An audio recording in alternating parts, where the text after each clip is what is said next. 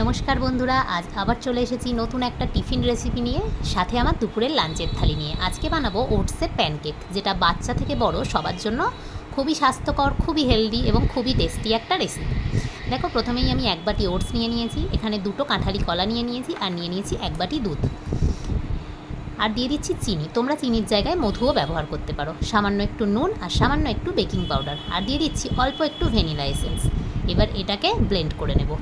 ব্যাস, তৈরি হয়ে গেল ব্যাটার। এবার ফ্রাইং প্যানে অল্প একটু ঘি বা বাটার গরম করে, আমি এখানে ঘি ব্যবহার করেছি, তোমরা চাইলে বাটার বা তেলও ব্যবহার করতে পারো, সাদা তেল ইউজ করবে অবশ্যই। এবার এর মধ্যে ব্যাটারটা দিয়ে দেবো, দিয়ে এপিট ওপিট উল্টে হালকা ফ্রাই করে নেবো আঁচ কমিয়ে। ব্যাস, তাহলেই বাচ্চাদের টেস্টি এবং হেলদি টিফিন বক্সও রেডি।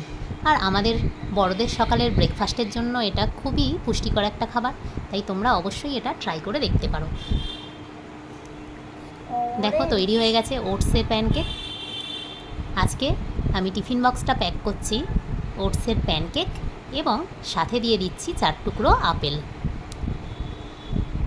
আজকে টিফিন আইডিয়া কেমন লাগলো অবশ্যই জানিও। এবার আমি তোমাদের সাথে শেয়ার করছি আমার দুপুরের লাঞ্চের থালিটা। আজকে যেহেতু থার্সডে, সেই জন্য সবই নিরামিষ। দেখো, আমি প্রথমেই আলু আর বেগুন ভাজা নিয়ে নিয়েছি, আর নিয়ে নিয়েছি লাউ শাক, আর রেখেছি অল্প একটু ডাল, আর করেছিলাম দই পটল, আর সাথে একটু টক দই। আজকে দুপুরের লাঞ্চের থালা কেমন লাগলো অবশ্যই জানিও। টাটা, জয় জগন্নাথ।